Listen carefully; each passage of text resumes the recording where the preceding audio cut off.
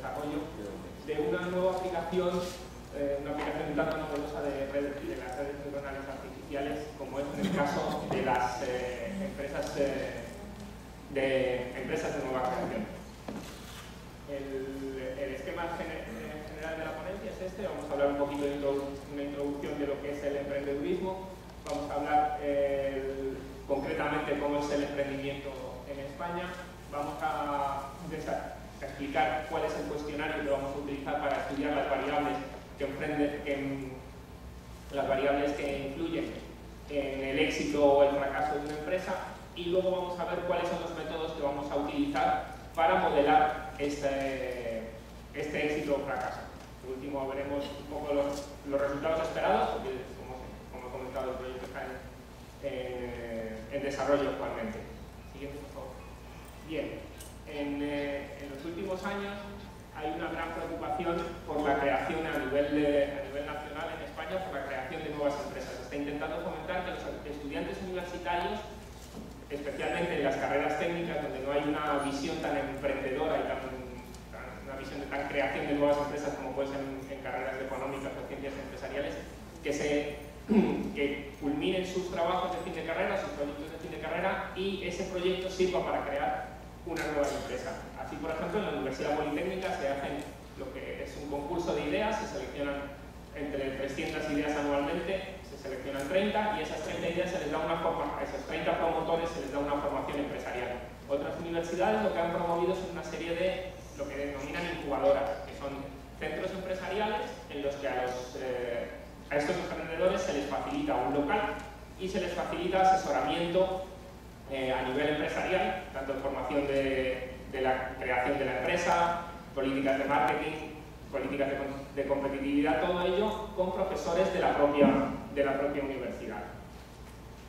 Bien, sin embargo, de estas empresas hay una necesidad clara de saber cuál de ellas va a sobrevivir, porque los inversores que se buscan para invertir dinero en estas empresas de nueva creación necesitan una serie de herramientas para discernir cuál va a ser exitosa y cuál no a la hora de invertir su dinero. No hay actualmente ninguna herramienta que lo permita. Hay herramientas que te dicen de una empresa ya implantada cuáles son sus probabilidades de éxito, de fracaso o de bancarrota al año siguiente o en unos años sucesivos, pero no de empresas de nueva creación.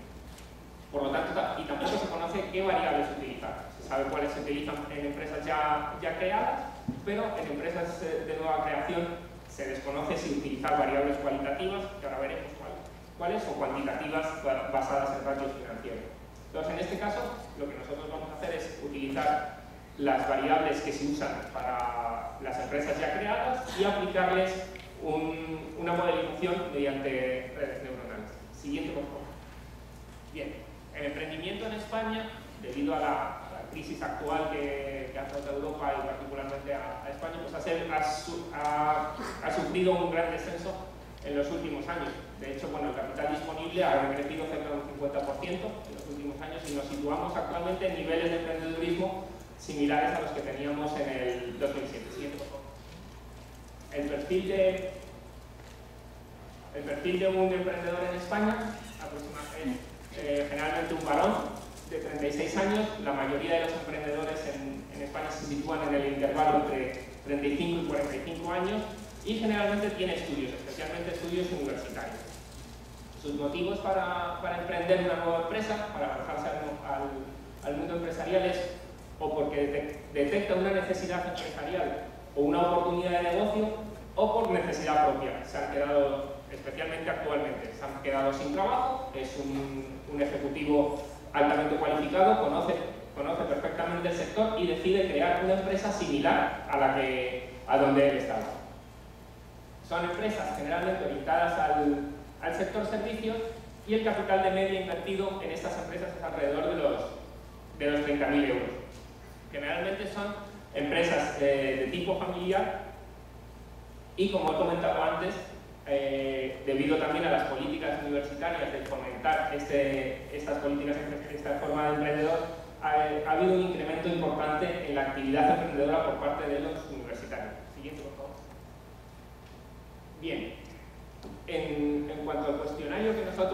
utilizar para determinar las variables de influencia, lo vamos a dividir en dos partes. Hay que decir que las empresas que se van a estudiar están divididas en dos grupos. Se va a partir de empresas que están creadas el primer año y se va a ver lo que sucede en el año siguiente, y por otro lado tenemos otro grupo de empresas en proceso de creación. Y se va a estudiar qué les sucede también al año siguiente. El cuestionario que vamos a ver es un cuestionario homogéneo para todas, entonces no todas las empresas van a responder, o todos los emprendedores van a responder a las mismas partes del cuestionario, ni dentro de una misma pregunta a las mismas. Se van a utilizar factores cuantitativos, como enfocados más a las capacidades financieras. Esto presenta el problema de que los ratios financieros de las empresas no siempre son accesibles y no siempre son reales, porque no todas las empresas facilitan una información fidedigna de cómo funciona su balance económico. Y en cuanto a factores cualitativos, vamos a ver las capacidades tecnológicas, las políticas de calidad que tiene la propia empresa, la cualificación del personal, el sector de actividad en el que se desarrolla su potencial, y vamos a combinar estos factores para intentar definir cuáles van a tener éxito o cuáles van a fracasar. Siguiente, por favor. En cuanto a los factores cuantitativos, nos vamos a basar en los ratios de Altman. Altman desarrolló una función multivariante discriminante a partir de estos 5 ratios para determinar cuáles eran las empresas que iban a sufrir bancarrota en el siguiente año al que estaban estudiando con los ratios financieros. Entonces utilizó 5 ratios financieros principalmente: el capital disponible partido por los activos totales, los beneficios no distribuidos partido por los activos totales, las ganancias antes de intereses e impuestos partido por los activos totales, la capitalización bursátil dividido entre las deudas totales y las ventas partido por los activos totales. Estos son los 5 ratios que utilizó Altman y se sabe que funcionan para empresas ya implantadas, ya en funcionamiento. Siguiente, por favor. Y en cuanto a los factores cualitativos, nos vamos a basar en los estudios de Aragón, Sánchez y Rubio Bañón, que ya determinaron una serie de factores cualitativos que tienen influencia en la supervivencia de una empresa, pero de empresas ya implantadas. Entonces, lo que nosotros hemos hecho ha sido adaptar estos factores cualitativos que ellos investigaron a empresas de nueva creación. Entonces vamos a ver, hemos seleccionado el tamaño de empresa, entre paréntesis figura el valor de la variable cualitativa entre microempresas y medianas empresas, el tipo de empresa, si es familiar o es accionariado. Como hemos visto antes en la introducción, la mayoría de las empresas son de tipo familiar, las perspectivas del sector en el que se ubica la empresa que se va a crear, si es un sector en gran auge, si tiene una tendencia en alza, una tendencia decreciente, o es un sector en declive. Siguiente, por favor. ¿Cuál es la experiencia del director o del gerente de la empresa en el sector en el que se está implantando? Como hemos visto antes también, uno de los factores importantes en el emprendedurismo es la experiencia en el sector, y que hay muchas personas que, al haberse quedado en situación de desempleo, cerca de los 40 años, pues deciden ellos crear su propia empresa. Entonces son personas que tienen una alta experiencia en el sector en el que se están desarrollando. También se va a considerar la política de formación de la empresa, si esa empresa tiene un plan de formación para los trabajadores o no lo tiene, o si ese plan es exclusivamente a demanda de los propios trabajadores. Siguiente, por favor. ¿Qué facilidad tiene para acceder a distintos mercados? Si es el director el encargado de la búsqueda de las nuevas oportunidades, o es una empresa que está centrada solo en un nicho y no tiene posibilidades de apertura, o no quiere abrirse a nuevos mercados. También el servicio de atención al cliente, si constan en un departamento específico de atención al cliente con sus formularios específicos, o simplemente carecen de él, o es el propio director el que se ocupa de todas las reclamaciones. Siguiente, por favor.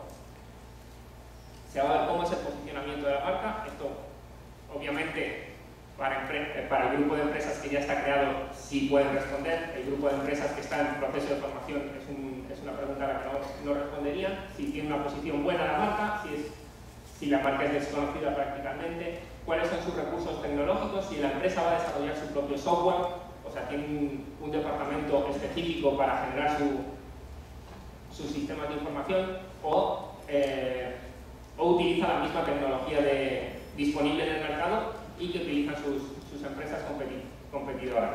Siguiente, por favor. Por último, ¿cómo está en el sector de las tecnologías? Si tienen un servicio de correo electrónico, si simplemente poseen una página web, o si no poseen acceso a nuevas tecnologías. Hay empresas que se crean y directamente solo tienen un correo electrónico y ni siquiera tiene ese correo electrónico un dominio propio. ¿Cuáles son las áreas de innovación en las que se va a centrar esta empresa? Y si tiene políticas de calidad implantadas, tanto normas de la familia ISO 9000 o similares, o simplemente no la carecen de ello. Siguiente, por favor.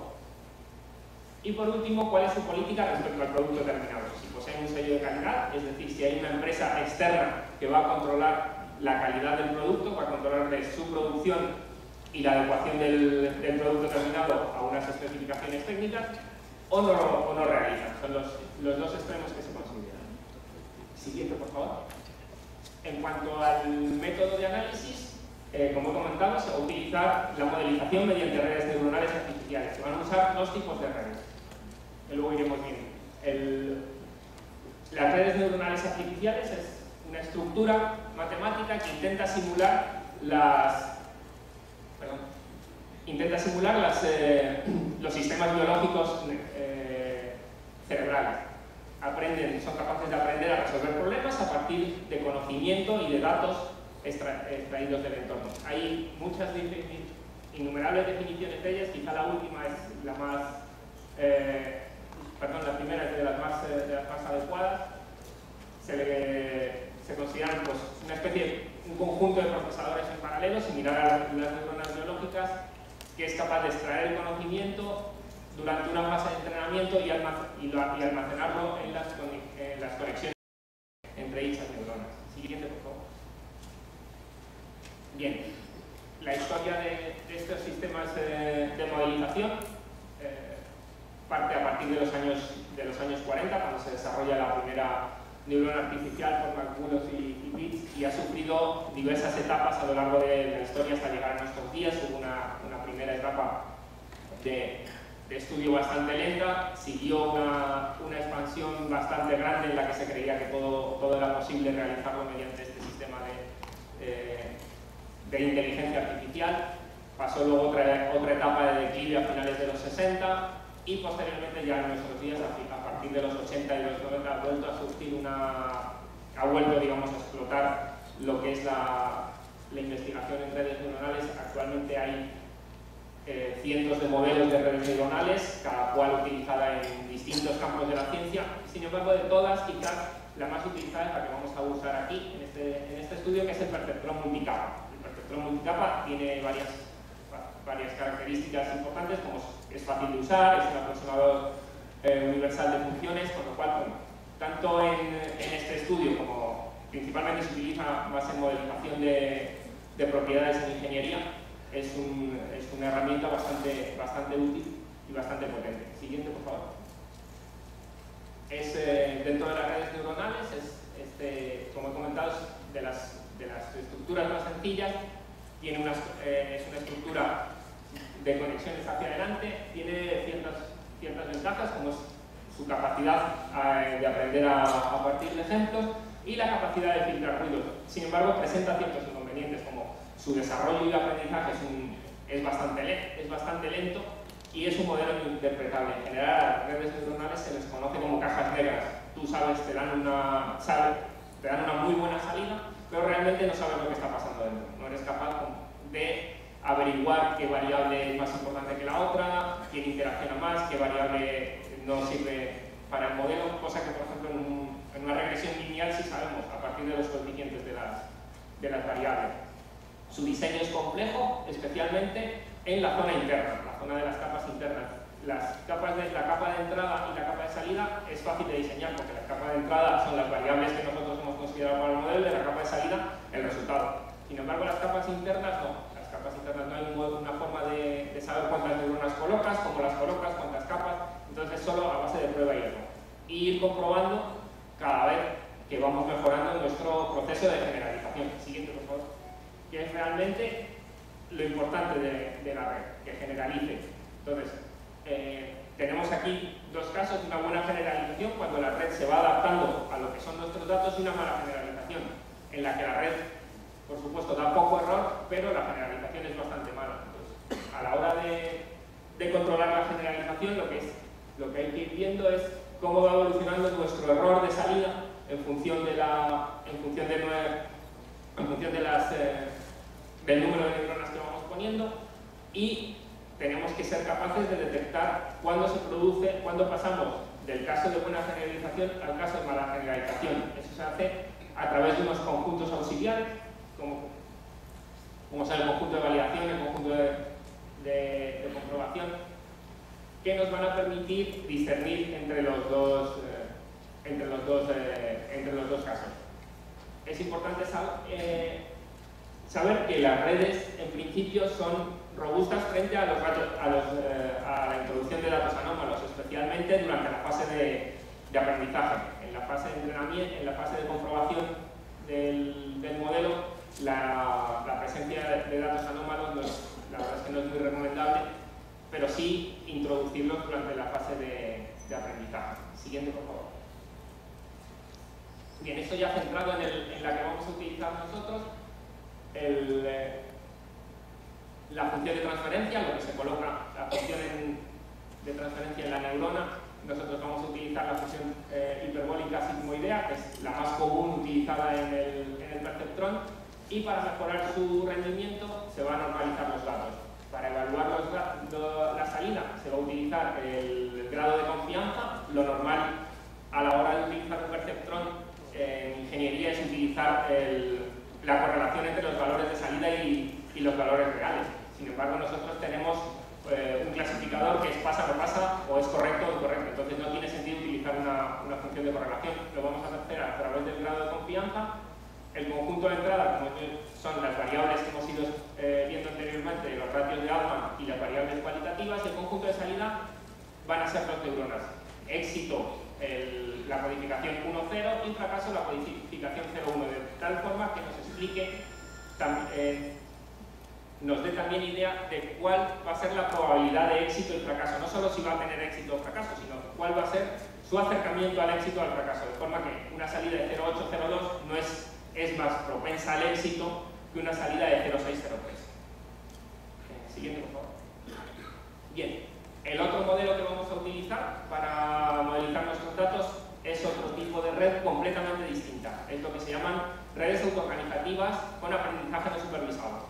En este caso, la red lo que busca es la similitud entre los datos y agrupar los datos en dos conjuntos que nosotros vamos a determinar, en este caso, de éxito y fracaso. Entonces, estas redes no conocen el conjunto de salida, al contrario que es el perceptrón, y son muy buenas para clasificar siempre y cuando exista redundancia en el conjunto de entrada, que es lo que nosotros estamos viendo. La redundancia, en nuestro caso, sería si la empresa va a tener éxito, o sea, agrupar a empresas en el grupo de éxito y agruparlas en el grupo de fracaso. Este sistema también se utiliza para otros tipos de problemas en ingeniería, de logística, para obtener rutas mínimas o para saber cuál es el centro de gravedad de una serie de puntos, por ejemplo, para colocar una fábrica en el centro de gravedad de las zonas de producción. Esto sería algo similar. Estamos buscando el punto que es el centro de gravedad de las empresas exitosas y las empresas que van a fracasar. Siguiente, por favor. Y por último, bueno, los resultados, como he comentado, está en fase todavía de estudio.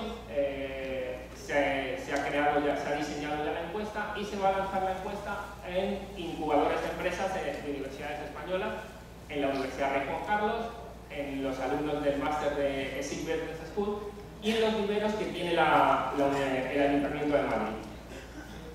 Los resultados de las encuestas se espera tener más o menos aproximadamente en febrero, y para abril-marzo ya tener un primer análisis de los datos, de estos datos, y ya de aquí a un año comprobar con los modelos que hemos que hemos obtenido con el éxito o fracaso real de las empresas que hemos estudiado durante este año. Siguiente, por favor. Y eso es todo. Muchas gracias por la atención.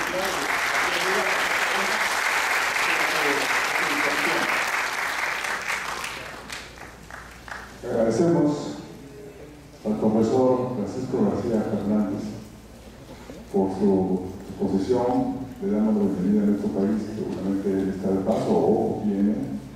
Le agradecemos porque somos, seguimos siendo aliados de España. Quisiera pedirle a los que tengan alguna pregunta que sean concretos acerca de este tema y después invitamos al profesor García a la mesa para que el pleno pueda responder el resto de las preguntas que sean posibles de hacer. Agradeceremos también que las personas que tienen el uso de la palabra para hacer una pregunta no nos pongan en temas que conocen, sino hagan preguntas para esclarecimiento. Muchas gracias. Preguntas. Nombre de apellido y acérquese a la mesa, a la parte delantera, ¿se gusta? Muy agradecido con la deferencia del auditorio, la presencia del doctor. Hay dos ítems muy precisos, éxito y fracaso. ¿Cómo me considero en este país, una parte del mundo, en grado de éxito? Bueno, en grado de triunfo. Puede uno alcanzar triunfo personal o empresarial, en la medida que usted me le agradezco la deferencia. Sí, claro, muchas gracias. En este caso, como éxito y fracaso, se considera si la empresa sobrevive o no. Si al primer año la empresa tiene éxito, es que la empresa sigue viva. Si ha fracasado, es que la empresa ha cerrado. Eso es como lo que se ha considerado como éxito o fracaso. O sea, lo que buscamos es un discriminador. La empresa ¿es viable o no es viable? No sé si eso responde.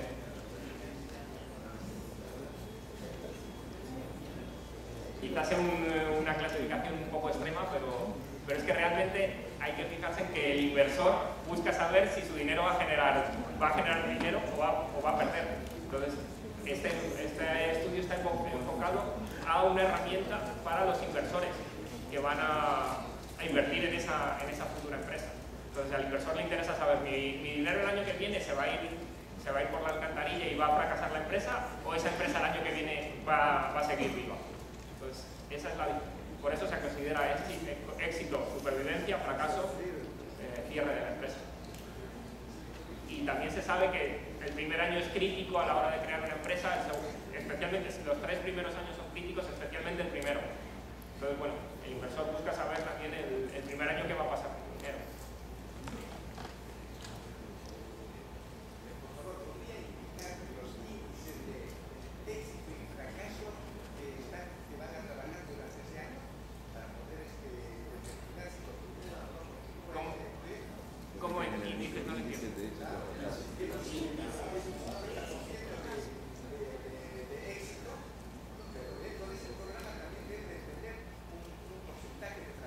Claro, lo que pasa es que las empresas se están creando, como le he comentado durante la exposición, el proyecto está en desarrollo.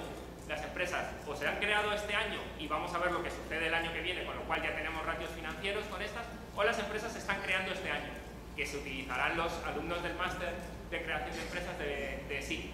Entonces, hasta el año que viene no vamos a saber cuál es el grado de éxito o fracaso de las empresas que hemos considerado.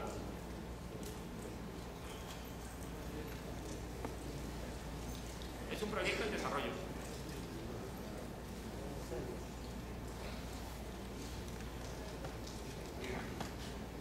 Buenos días. Disculpe, Sí. hace varios años acá en el Perú había una propaganda que decía 600.000 turistas. Entonces vino un español y dijo, mira, 600.000 turistas al año. En España hay un estado donde hay 2 millones de turistas al mes. Entonces, yo quisiera que usted en público diga si eso es verdad o no. Me pone la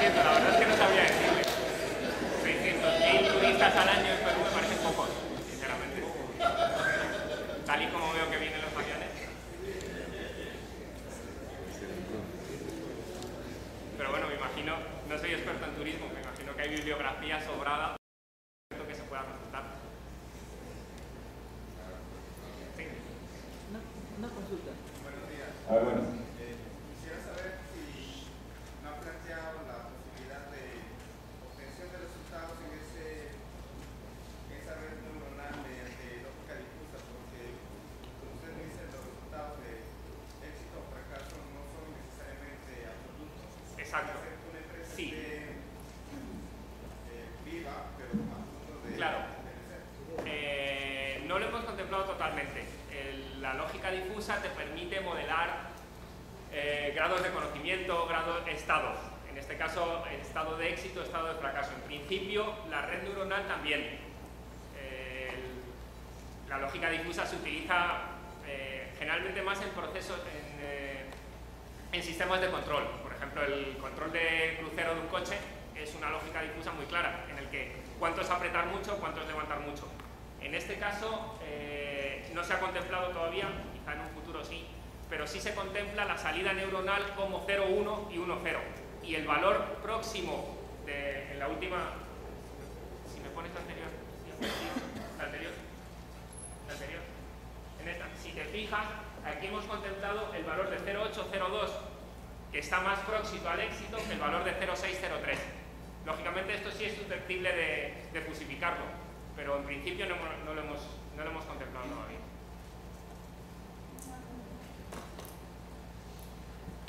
Profesor, Sí. una consulta. Sáquenos de la duda.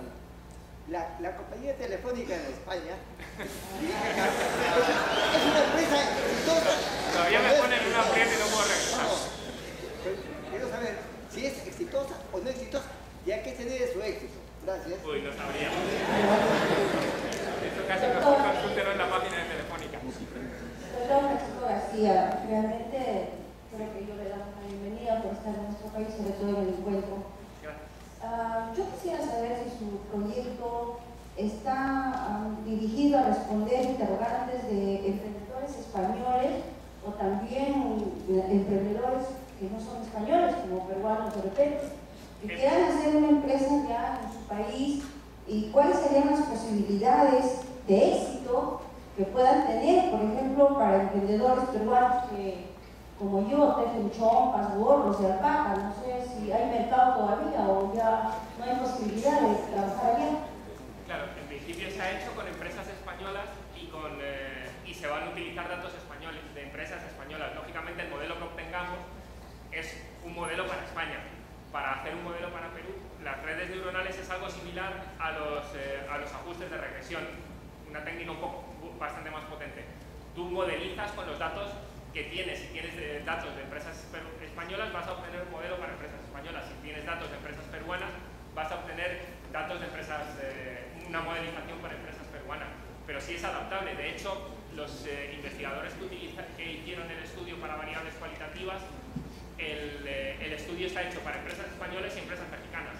Entonces, no creo que haya ningún problema en extrapolar ese estudio aquí, pero primero habría que definir las variables, ver qué variables son importantes a la hora de emprender y ver cómo influyen en el éxito. Pero sí sería extrapolable. No el modelo matemático que nosotros obtengamos, pero sí la forma de modelizar.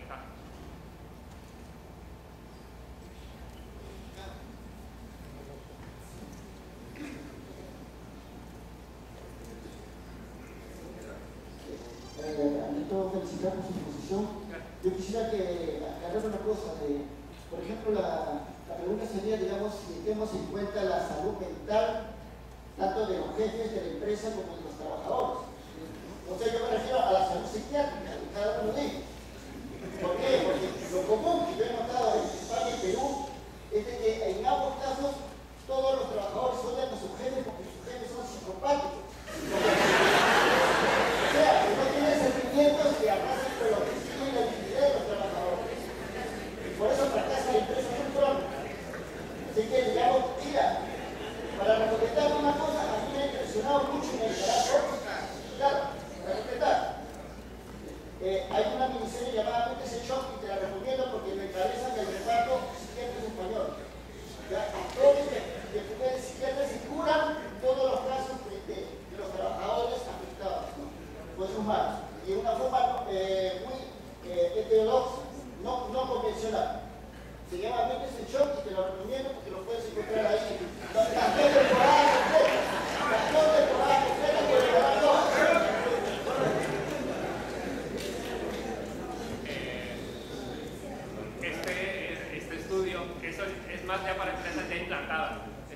pensada para empresas que se están implantando. Lógicamente, el inversor, y esto está visto desde el punto de vista de la persona que va a invertir su dinero, ¿vale?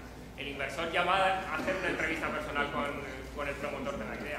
Me imagino que ya será capaz de discernir, ya que su dinero es el que está en juego, si esa persona tiene una idea feliz, estrambótica, o tiene los pies en el suelo. Doctor, Sí. quisiera preguntar, ¿usted este proyecto lo hizo antes de la crisis? ¿O Está esta crisis ahora, que se está desarrollando ahora. que está viviendo España? Se está desarrollando Porque si ahora. no tuviera que replantear las cosas que usted está pensando. Se está desarrollando ahora.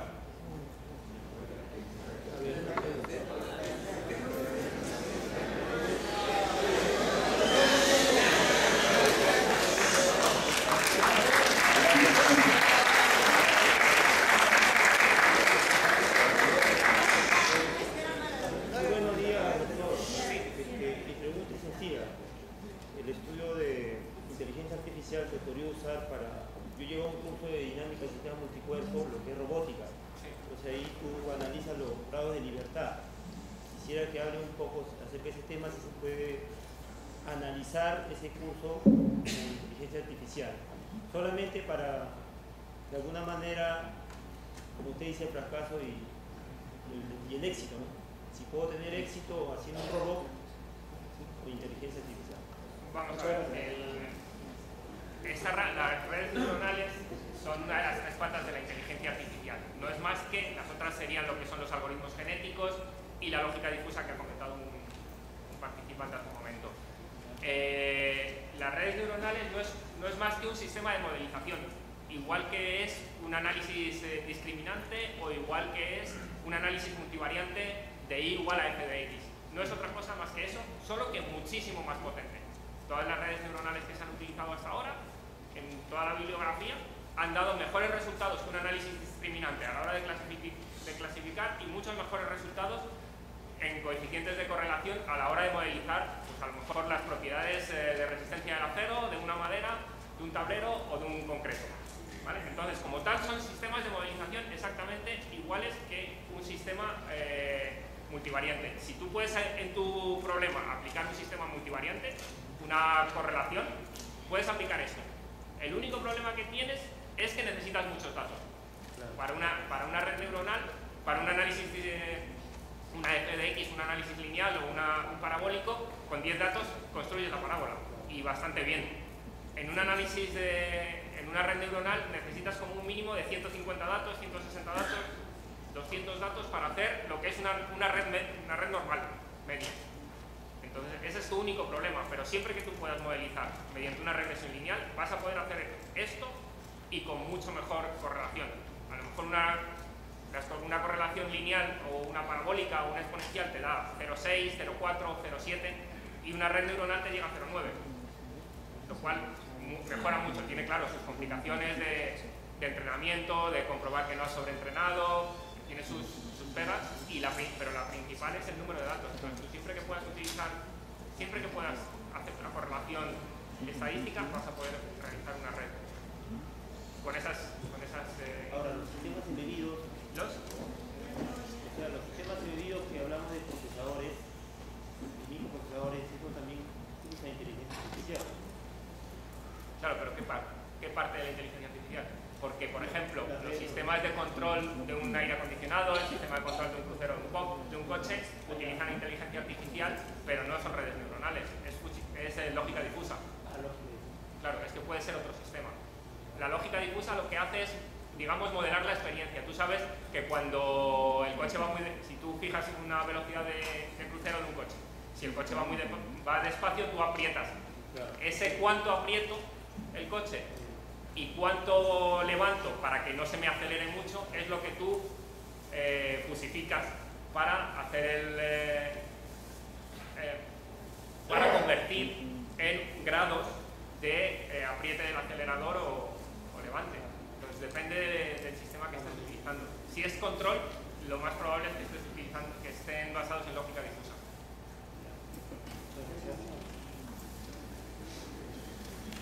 No hay otra pregunta.